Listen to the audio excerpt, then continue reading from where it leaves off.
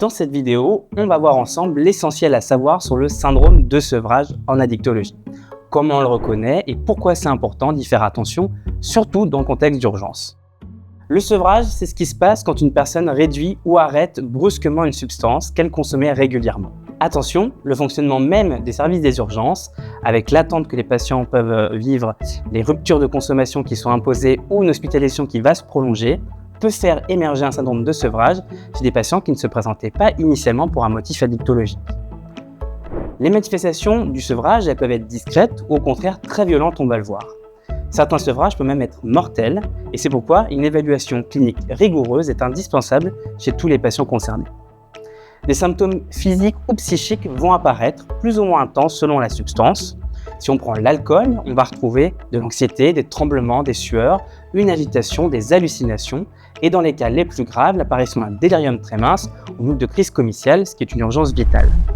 Pour les opioïdes, on va retrouver des douleurs, des sueurs, une diarrhée, des bâillements, des larmoiements et une forte anxiété qui peuvent même générer des troubles du comportement et une agressivité. Pour les benzodiazépines, qui sont là aussi un sevrage à risque, on va retrouver une insomnie, une agitation, une confusion, des convulsions et là aussi un risque de crise comiciale. Pour le cannabis et pour le tabac, on va retrouver des symptômes un petit peu moins forts, mais on va retrouver tout de même une irritabilité, troubles du sommeil, des sueurs nocturnes, de l'anxiété et parfois des troubles du comportement. Là aussi, il y a ce sevrage imposé par l'hospitalisation. Enfin, pour les psychostimulants comme la cocaïne, on va retrouver en général une fatigue intense, une humeur dépressive, une dysphorie, une irritabilité, une agitation, des troubles du sommeil, un craving extrêmement intense. Et même s'il n'y a pas de risque vital immédiat, le risque de rechute il est élevé et il est aussi associé à des troubles du comportement.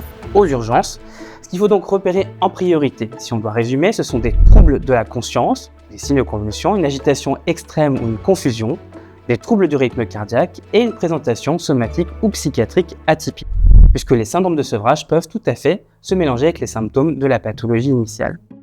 Certains sevrages, on l'a vu, comme ceux de l'alcool ou des benzodiazépines, peuvent engager le pronostic vital. D'autres, comme celui de la cocaïne, sont extrêmement inconfortables et vont exposer surtout à des troubles du comportement et à un risque important de rechute. En pratique aux urgences, il faut donc essayer de repérer tôt et précisément ces signes de sevrage. Ça permet de prévenir les complications, d'améliorer l'adhésion aux soins et d'orienter les patients vers la prise en charge la plus adaptée pour eux.